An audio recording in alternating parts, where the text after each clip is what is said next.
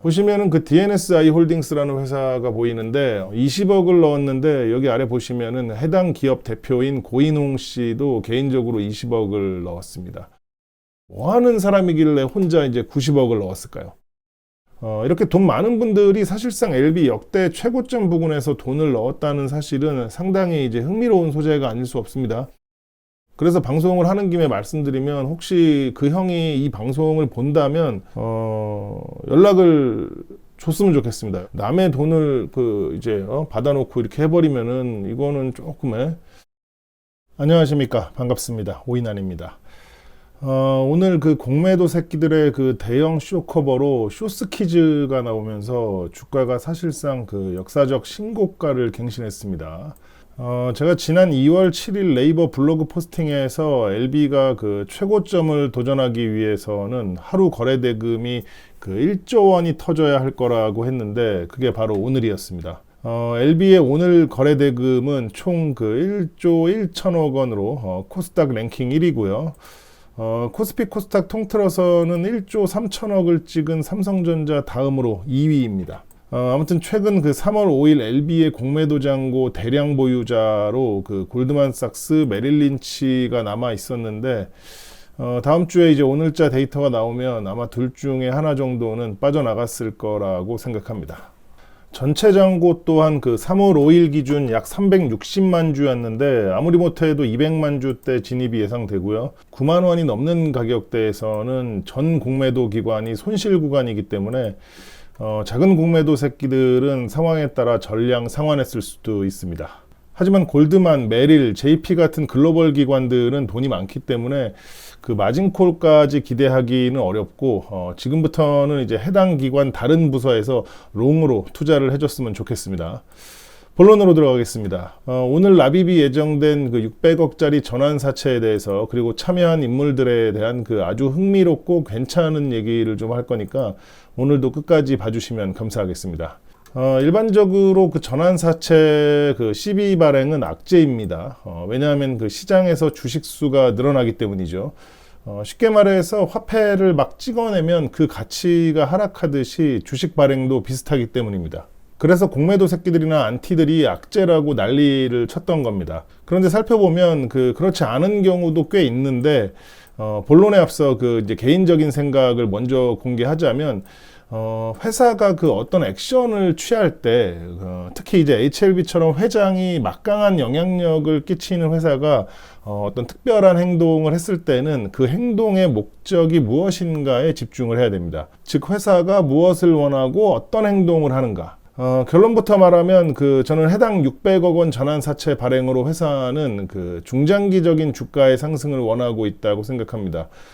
그 다음은 이제 시장에서 그것을 얼마나 제대로 인식하는지에 따라서 이제 주가에 영향을 줄 거라고 생각을 하는데, 원래 이제 주식이라는 게 그렇습니다. 어떤 호재가 나와도 시장이 호재로 안 받으면 말짱 꽝이고, 악재가 나와도 시장이 호재로 받으면 호재가 되는 겁니다. 아무튼 지금부터는 공시를 볼 텐데, 어려운 거 빼고 쉬운 거랑 재밌는 것만 보겠습니다.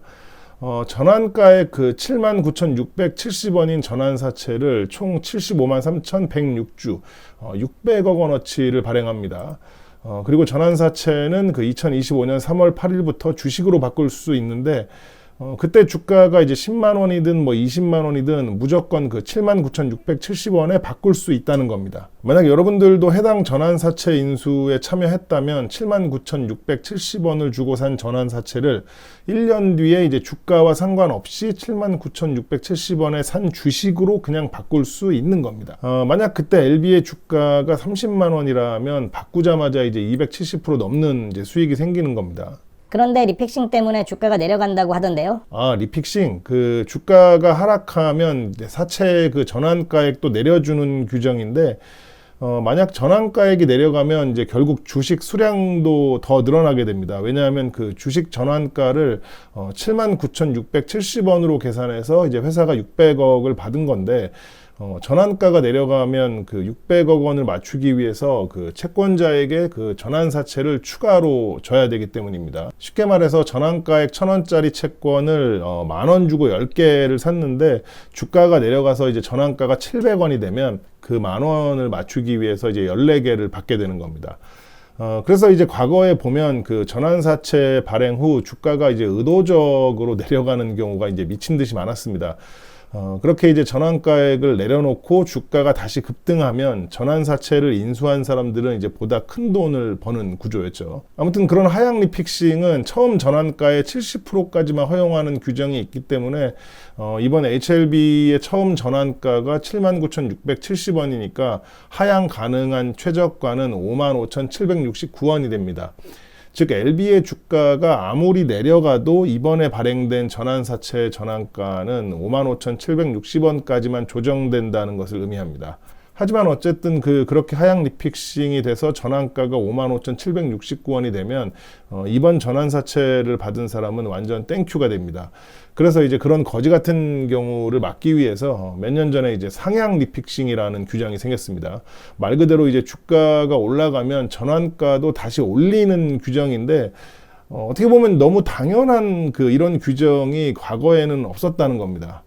아무튼 이제는 그 주가가 내려가서 전환가액이 55,679원이 되더라도 다시 주가가 올라오면 전환가액이 다시 올라옵니다. 단 처음 발행 시 결정된 79,670원 위로는 못 올립니다. 즉 리픽싱의 범위는 처음 발행 시 결정된 전환가의 70%에서 이제 100%가 되는 거죠. 아무튼 이번 전환사채를 인수한 사람들이 최고의 수익을 얻으려면 최종 전환가액이 이제 55,679원이 이제 돼야 하는데 전환 청구 시작일이 2025년 3월 8일이니까 최종 전환가액이 55,679원이 되려면 그때까지 주가가 이제 해당 가격에 묶여 있어야만 합니다. 왜냐하면 주가가 다시 상승하면 전환가액도 다시 올라가니까요.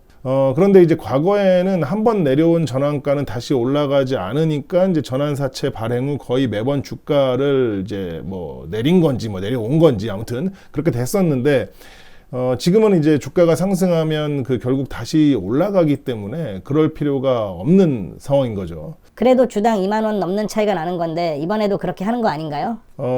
네, 주식의 100%는 없으니까 그럴 가능성이 1%도 없다고는 못하겠습니다. 하지만 현재 LB의 상황을 보면 큰 이슈들이 모두 올해 이제 예정되어 있는데 내년 3월까지 주가를 5만 원대에 묶어두는 게 이게 상식적으로 이게 가능할지는 잘 모르겠습니다. 그리고 이제 만약 전환사채를 인수한 사람들이 내년 주가를 20-30만 원 이상 보고 있는 거라면 고작 2만 원 때문에 주가를 1년 동안 묶이고 이거는 좀 말이 안 되는 것 같아요. 주가가 꼭 20만 원, 30만 원 간다는 보장은 없잖아요. 네, 당연히 보장은 없습니다. 그런데 이제 보통 전환사채 투자하면 아무리 못해도 최소 2배 이상 수익을 목표로 합니다. 네, 물론 이제 모든 사채 투자가 이제 그렇게 대박 성공을 하는 건 아니지만, 사실 참고로 저도 이제 몇 년 전에 지인의 이제 명의를 통해서 이제 그런 사채를 인수하는 PEF 사모펀드에 이제 수천만 원을 넣었는데, 아직까지 이제 정산도 안 되고, 그 지인은 이제 전화를 이제 안 받고 잠수를 탔습니다. 아무튼 일반적인 전환사채 발행과 달리 이번 HLB의 전환사채는 악재가 아니라고 생각을 합니다. 아무튼 이번 전환사채 공시에서 우리가 이제 재밌게 살펴볼 수 있는 부분이 있는데, 이제 그건 바로 전환사채를 인수하는 사람들이죠. 보시면 맨 위에 한투랑 미래가 있고요. 포르가 신기술조합 35호라는 이제 PEF 사모펀드는 70억 원을 넣었습니다. 그리고 이제 YG 얼라이언스라는 투자자문 기업이 30억. 그리고 지금부터가 중요한데 보시면은 DNSI 홀딩스라는 회사가 보이는데 업종이 이제 비주거용 건물 임대업을 하는 회사고요. 20억을 넣었는데 여기 아래 보시면은 해당 기업 대표인 고인홍 씨도 개인적으로 20억을 넣었습니다. 그러니까 이제 회사 돈과 개인 돈 합쳐서 총 40억을 넣은 거죠. 그리고 다음 JST나는 주얼리를 만드는 회사인데 코스닥 상장사입니다. 시가총액은 340억 정도라 크진 않습니다만 15억을 넣었고 이제 여기 회장인 김기문 씨도 개인 돈 5억을 태웠습니다. 그런데 이제 재밌는 거는 여기 22년도 영업이익이 26억이었고 23년도 그러니까 작년에 1, 2, 3분기 영업이익이 1억 적자인데 15억을 넣은 거니까 기업 수준 대비 꽤 큰 금액을 넣은 거죠. 그리고 이제 오늘의 하이라이트 김복덕 형님이 나옵니다. 예. 갑자기 왜 형이냐? 이번 12발행에서 가장 큰 돈을, 가장 많은 돈을 넣었기 때문에 형입니다. 90억을 넣으셨습니다. 저 앞에 이제 사모펀드인 포르가도 70억인데 뭐 하는 사람이길래 혼자 이제 90억을 넣었을까요? 아마 이쪽 바닥을 좀 아는 분들은 딱 아셨을 겁니다. 소룩스라는 시총 3천억 좀 넘는 코스닥 상장사의 전 대표였는데 지금은 이제 아리바이오 대표 정재준 씨에게 주식도 넘기고 경영권도 넘기면서 이제 2대 주주로 되어 있는 사람입니다. 참고로 주식 바닥에서도 특히 이제 이런 돈을 넣고 빼고 막 주식도 주고 받고 뭐 삼자 배정 증자 어쩌고 저쩌고 하면서 주가는 10배가 튀고 하는 바닥이 어떤 바닥인지 제 관련 영상을 보신 분들은 아실 겁니다. 보통 주식하는 분들 중 1000명 중 1명 정도가 뭐 이런 바닥을 이해하고 있을까 말까 하는데 과거에는 이제 이런 바닥만 찾아다니면서 주식 투자를 하는 전업들도 꽤 많았습니다. 이제 그런 종목만 잘 찾으면 돈 벌기 쉬웠거든요. 그런데 이제 점차 단속도 빡세지고 이제 규정도 빡세지면서 뭐 요즘은 그런 종목 찾기가 쉽지 않습니다. 아무튼 뭐 이런 사채 쪽 분위기를 잘 아는 사람들은 딱 보고 이제 탁 알았을 겁니다. 김복덕 형님이 일반 개인 투자자가 아니라는 걸. 개인적으로 사실 90억은 본 적도 없는데 그걸 여기다 넣은 거죠. 예. 그리고 이제 제가 듣기로는 이 형님의 두 따님들도 이제 뭐 40억을 넣었다는 얘기가 있는데 만약 사실이라면 이 집안에서만 130억, 즉 이번 600억 사채의 20% 넘는 금액을 넣은 거죠. 여기서 잠깐 이런 생각하는 분들 없나요? 그 정도 돈이 있는데 이런 걸 왜 하지? 저는 그런 생각을 했거든요. 예. 그 정도 돈이 있으면 한 뭐 2, 30억짜리 주상복합 아파트에 살면서 뭐 차는 포르쉐 이제 918 스파이더랑 RUF CTR이나 이제 트리뷰트를 사고 그리고 4명 타는 차도 하나 있어야 되니까 페라리 프로산계까지 사면은 차에 10억, 6억 정도니까 집이랑 차만 이제 대충 50억이 넘네요. 그럼 이제 나머지 이제 수십억 가지고 자선 사업이랑 이제 어려운 사람들 도와주면서 이제 평생 살면 좋겠다 하는 생각을 자주 합니다. 예. 물론 주식은 재밌으니까 계속 해야죠. 예. 아무튼 다시 돌아와서 다음 보시면은 심희정 씨라는 분이 보이는데 이분도 제가 알기로는 과거에 상장사 전환 사채를 인수했던 분으로 알고 있습니다. 당연히 이 바닥 경험이 있는 분이니까 이분도 또 40억이나 넣었겠죠.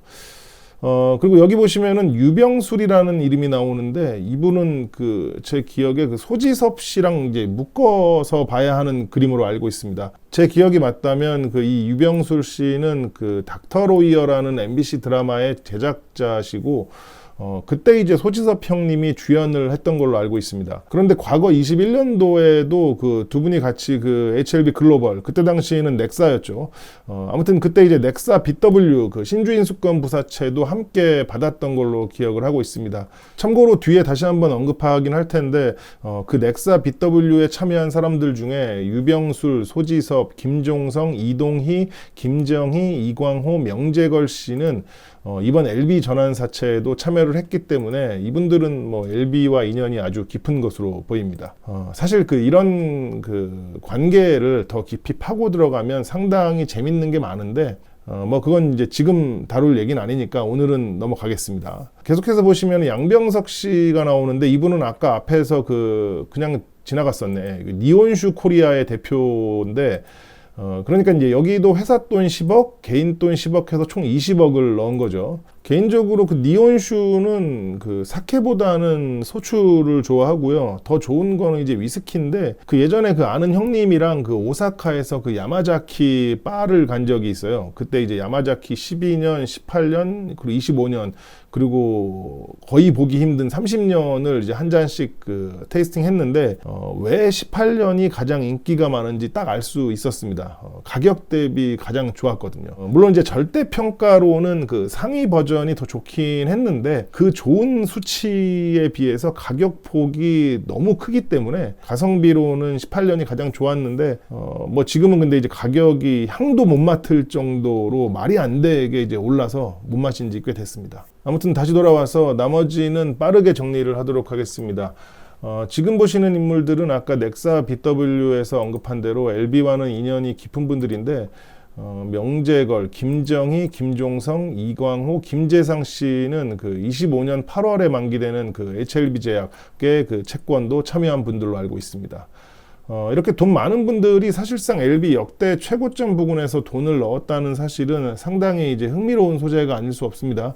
물론 이제 그렇다고 해서 이게 뭐 이것 때문에 무조건 잘 된다, 무조건 대박이 난다는 아닙니다. 제가 아까 앞에서도 얘기했는데 저도 그 지인의 명의를 통해서 그 몇 년 전 그 사모펀드에 돈을 넣었고, 그리고 그 돈이 이제 뭐 특정 종목 그 EB 교환사채에 들어갔는데 아직까지 이제 정산도 못 받고 그 지인은 이제 잠수를 탄 상황입니다. 뭐 돈 보낸 내역이나 뭐 관련 문자들, 그리고 해당 그 PEF 관련 서류들 주고받은 게 다 있고, 그 사람 회사가 어딘지도 다 알기 때문에 찾아가야 되나 뭐 고민을 하고 있습니다. 예. 그래서 방송을 하는 김에 말씀드리면, 혹시 그 형이 이 방송을 본다면 연락을 줬으면 좋겠습니다. 연락을 뭐 받든 뭐 주든, 내 연락처가 안 바뀌었으니까 연락을 해서 뭐 어떻게 되는지, 환매 뭐 예정은 어떻게 되는지, 뭐 어떻게 할 건지 얘기를 해줘야지. 그 남의 돈을 그 이제 받아놓고 이렇게 해버리면은 이거는 조금 인간적인 어떤 그런 부분들이 조금 그렇다고 생각을 합니다. 그래서 아무튼 이 방송을 보면 일 더 이상하게 만들지 말고 연락을 줬으면 좋겠습니다. 아무튼 LB는 그 길이 없는 곳을 처음 개척하면서 가는 친구기 때문에 상당히 이제 까다롭고 어렵고 예민하고 가끔은 뭐 그지 같을 때도 있습니다. 그런데 이제 또 이게 그런 맛이 있거든요. 그 뻔한 길을 뻔하게 다수와 섞여서 우르르 몰려가는 것보다 뭔가 남들이 가지 않은, 가지 못한 길을 가는, 대중과 동떨어진 그 새로움과 설렘, 뭐랄까 그 외로움 속에서 즐기는 고독의 맛이랄까. 뭐 물론 이제 그런 길은 잘못 가면 외롭고 뭐 쓸쓸하게 죽을 수도 있지만, 그래도 저는 어릴 때부터 뭔가 좀 안정적이고 그런 거보다는 좀 불안해도 맵고 짜고 시고 쓰고 이제 그런 맛이 좋더라고요. 그래서 저는 음식도 사람들이 그 일반적으로 즐겨 먹지 않는 그 뭐 고수, 뭐 홍어, 마라, 뭐 고래고기 그런 걸 좋아하고, 위스키도 이제 뭐 피트향 강한 그 뭐 옥토머 같은 그런 거 좋아하고, 뭐 또 삼나무에 숙성한 그 레바논 위스키 그 뭐더라? 아티르도 좋아하고, 그리고 이제 뭐 인도 위스키 그 암룻 그 피티드 인디언 CS도 좋고, 막걸리 같은 경우도 그 저렴한 거는 그 국순당 옛날 막걸리처럼 녹진한 게 좋고, 뭐 돈 많으면 해창 18도도 좋긴 좋은데, 부자가 아니니까 이제 가성비로는 또 파주 그 순막걸리 18도가 좋습니다.